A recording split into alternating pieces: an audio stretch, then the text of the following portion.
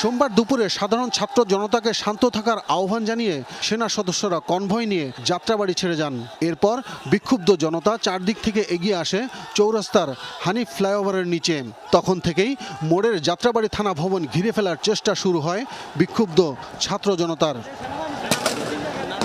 একটা দেশের পুলিশের প্রতি সাধারণ মানুষের কত ধরনের থাকলে এরকম ভাবে থানা জ্বালায় দেয়। আপনি দেখেন এইদিকে থানার অবস্থা কি, মানে আত্মরক্ষার জন্য ওরা গুলি করো, কিন্তু তোরা এইভাবে এইমাত্র এখান থেকে একটা মানুষ মারছে, ওরা সাপ থেকে শুট করে। পাল্টা প্রতিরোধের চেষ্টা করে পুলিশ। কিছুক্ষণ পরপর মুহুর্মুহু গুলি, টিয়ার গ্যাস, সাউন্ড গ্রেনেড ছুড়ে ছত্রভঙ্গ করে দেওয়া হয় জনতাকে। এ সময় গুলিবিদ্ধ হয়ে আহত হন অর্ধশতাধিক মানুষ। এসে ছত্রভঙ্গ করে দেওয়ার চেষ্টা করে জনতাকে। তারপরও থানা ভবন ও ব্যারাকে আটকা পড়েন অনেক সদস্য। টানা 2 ঘন্টা এলোপাতাড়ি গুলি ছুড়েও ব্যর্থ হন তারা।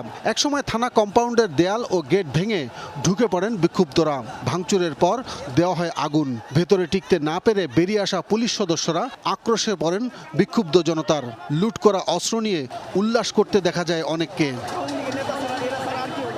বিকেল 5টার দিকে বাড্ডা, খিলক্ষেত, ভাটারা থানাও চতুর্দিক থেকে আন্দোলনকারীরা ঘিরে রাখে। থানায় আটকে পড়েন পুলিশ সদস্যরা। আন্দোলনকারীরাও বিভিন্ন ধরনের স্লোগান দিয়ে ইটপাটকেল ছুড়ছেন।